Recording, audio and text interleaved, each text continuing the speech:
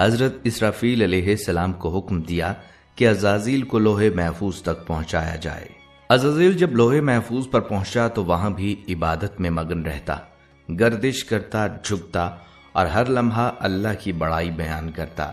لیکن ایک دن اسی لوح محفوظ پر اس کی نظر ایک نوشتے پر پڑی، ایک ایسا جملہ جو اس کے دل کو ہلا کر رکھ دیتا ہے۔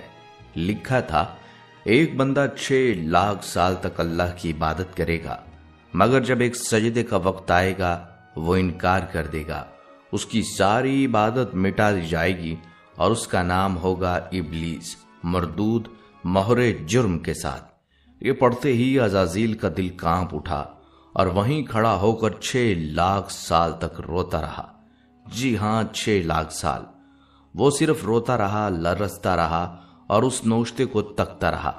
اسی لمحے اللہ نے اس سے پوچھا، اے عزازیل بتا، جو میرا حکم نہ مانے، میری عبادت سے منہ موڑے تو اس کی سزا کیا ہونی چاہیے؟ عزازیل نے فوراً جواب دیا، اے میرے اللہ، جو تیرا حکم نہ مانے وہ تیری لعنت کا حقدار ہے۔ اللہ تعالیٰ نے فرمایا، اے عزازیل اسے لکھ لے۔ حضرت عبداللہ بن عباس رضی اللہ تعالیٰ عنہ کی روایت کے مطابق یہ سارا واقعہ عزازیل کے مردود ہونے سے تقریباً 12,000 سال پہلے کا ہے۔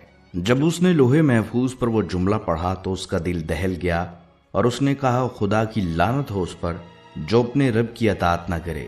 اس واقعے کے بعد اللہ نے عزازیل کو جنت کا خزانچی مقرر فرمایا، وہاں اس نے 4,000 سال تک اپنی ذمہ داری نبھائی۔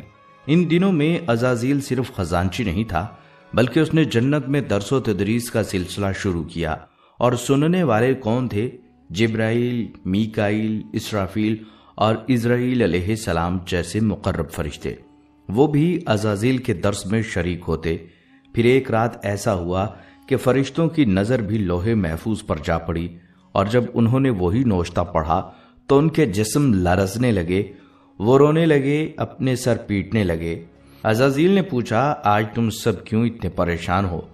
فرشتوں نے وہی نوشتہ پڑھ کر سنایا اور کہا کہ لوح محفوظ میں لکھا ہے، ہم میں سے ایک معزول اور مردود ہوگا۔ یہ وہ لمحہ تھا جب آسمان کانپنے لگا اور زمین پر بھی جنات نے سرکشی اختیار کر لی تھی۔ انہوں نے اللہ کی نافرمانی شروع کر دی اور زمین پر فساد، ظلم اور تباہی پھیلانے لگے۔ اس پر عزازیل نے اللہ سے اجازت مانگی کہ وہ زمین پر جا کر اس فساد کو روکے اور نافرمانوں کے خلاف جہاد کرے۔ اللہ نے عزازیل کو 4,000 فرشتوں کا سپہ سالار بنایا اور زمین پر بھیج دیا۔ عزازیل نے زمین پر آ کر سرکش جنات سے زبردست جنگ کی، کئی قتل کیے، کئی کو کاف میں قید کر دیے گئے اور زمین کو فساد سے پاک کر دیا گیا۔ جب عزازیل اپنا مشن مکمل کر کے واپس لوٹا تو اس نے آسمانوں پر ایک نیا منظر دیکھا۔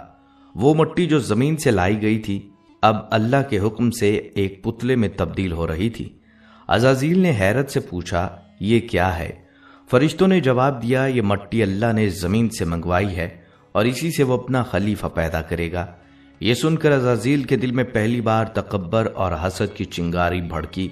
وہ کہنے لگا، اگر اسے میرا تابعدار بنایا گیا تو میں اسے برباد کر دوں گا، اور اگر مجھے اس کی تابعداری کا حکم دیا گیا تو میں ہرگز اس کے آگے نہیں جھکوں گا۔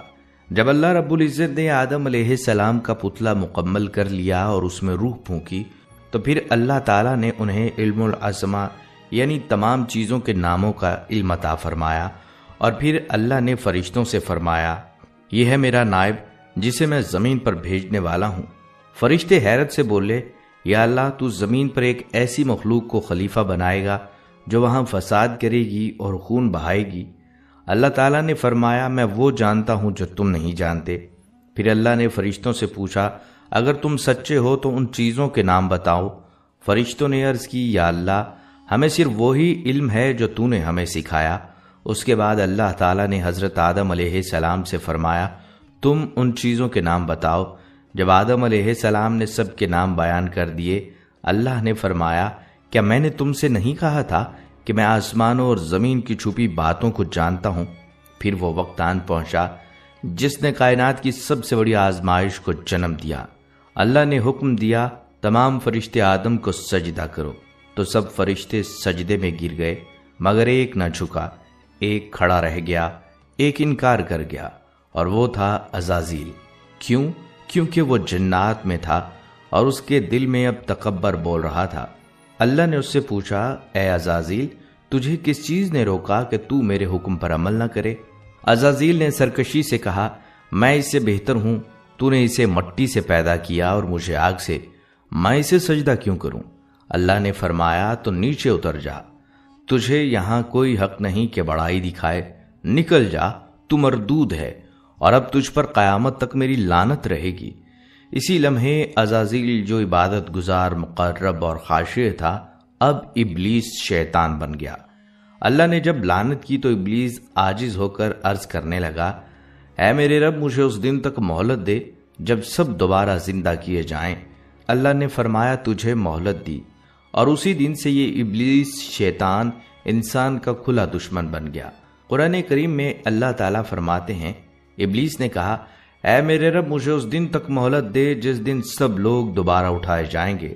اللہ تعالیٰ نے فرمایا، تجھے وقت معلوم تک مہلت دے دی گئی، لیکن شیطان نے اس مہلت کو عبادت یا توبہ کے لیے نہیں مانگا، بلکہ انتقام کے لیے، گمراہی کے لیے اور انسان کو برباد کرنے کے لیے مانگا۔